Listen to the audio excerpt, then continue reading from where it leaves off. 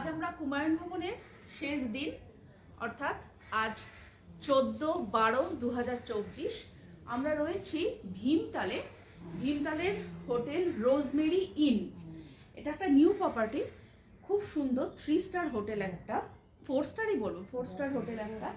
নিচে একটা খুব সুন্দর বসা জায়গা আছে, ভেতরে ডাইনিং এরিয়া আছে, একটা দোলনা আছে, পাহাড়ের কোলে একটা খুব সুন্দর প্রপার্টি। আমরা একটা রুম দেখাবো, এখানে পার্কিং এরিয়াও রয়েছে। আমরা একটা রুম ওপরে দেখাবো, আমরা যেখানে ছিলাম এইখানে একটা পার্কিং এরিয়া রয়েছে।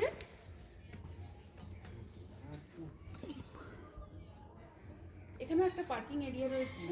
প্রপার্টিটা ভীষণ সুন্দর। একটা হল আছে, হলটার মধ্যে দিয়ে দুপাশে রুম আছে। আমরা একটা রুমের মধ্যে ঢুকে দেখাবো। এটা রুম নাম্বার 102।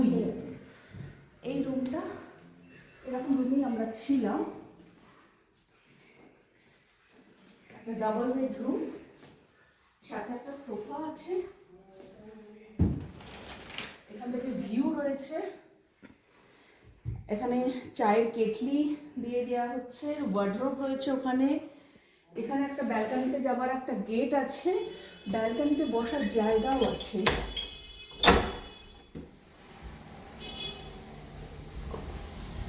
এটা ব্যালকনিতে বসার জায়গা আছে। রুমটা খুবই সুন্দর,